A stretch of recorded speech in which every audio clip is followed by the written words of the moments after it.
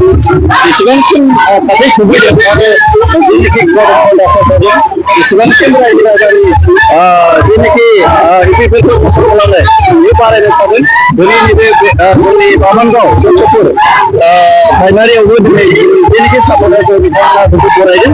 बे प्राइमारिनि मानसिफ्रा ओंखारबोनानै दिनै आंखौ बरायदों आरो देरहानायनि मोनसे थांखिखौ जों आसा खालामदों जोंनि बे हम प्राइमारियाव मेक्सिमाम भट लानानै आं देरहागोन बेखौ आं मिजिंथिदों। नमिनेसनाव प्रिपारेसनाथ' जाबाय रायजो राजा बेसेबांसिम जोङो लांनो हायो बेखिनिखौ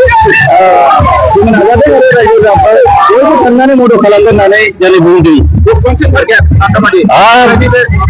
ओरैनो नमिनेसनाव थांनायनि बाथ्राथ' 16-17,000 ओंखारगोन होननानै दिनै रायजो राजा बुंदों। सिचुवेसन कन्डिसनखौ नायनानै रायजो राजाखौ लानानै जोङो ज' ज'यै जोङो नमिनेसन होगोन। देरहानायनि सावगारियाथ' एकदम क्लियार बेवहाय जेबो दाउट गैया आरो गोसोम जोमै गैया जेबो अखा हानायनि आरो जेबो परिबेस गैया एकदम क्लियार आरो बेवहाय देरहागोना 100% रोखा दिनैनि दिनावबो नोंथांमोना नुबाय आरो उनावबो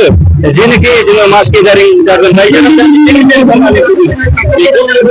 खुनु बादा गैया।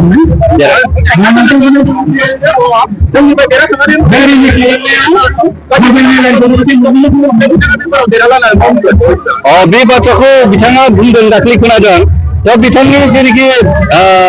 जिबन माने हिस्ट्रि बेखौ सिन्था खालामनानै नायोब्ला बिथाङाबो सानसे समाव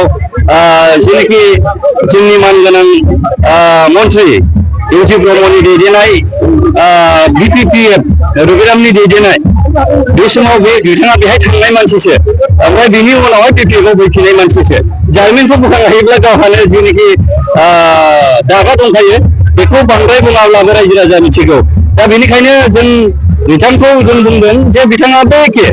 जे सिखावा सिखावनि गुनखौ नुयो होननायफोरबायदिसो खिन्थु जोंनि उद्देश्यआ बे नङा आंनि उद्देश्यआ बे नङा रायजो राजाखौ आं सिबिनो फैदों सान्थि फैबाय आरो आङो सासे सायख'खारि जोंहा गोबां दायित्व दं आरो जोङो खौसेथि माने मा जों सायख'खारि खौसेथि थानानै गासै जोंनि बड'लेण्डनि जेनाखि जोंनि बिटिआरनि इमप्लिमेन्टखौ जाफुंहोनायनि आरो रायजो राजाखौ जोंहा खांनांगौ आरो नायलांनांगौनि खोथा थाबाय संघर्ष आरो निर्माण जोंनि बिटिआरनि चिफ सारा बुंबाय थायो जेब्लायबो बेखिनि आगानजों जों आवगायलांनानै दङ।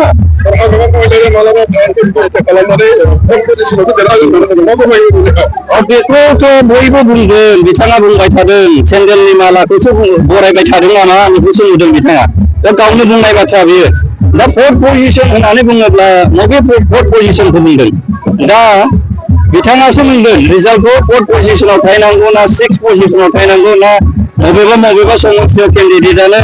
उइड्र'सो खालामना लागोन नामा बेबायदिखौसो नुदों कारन रायजो राजा दिनै जि जायगायावहाय BPFआ हाबदों बेवहाय दिनै रावबो गुस्लायाखै आरो BPF हाबनायनि परिबेसखौनो होआखै मानोना जोंनि बे ओनसोलाव गासै जनगोष्ठियानो जोंजों दङ आरो खौसेथि सान्थिखौ मोजां मोननानै दिनै ओंखारबोदों बेबायदि परिबेसखौ मोननानै दिनै आरो BPFआव बेबायदि उनथिं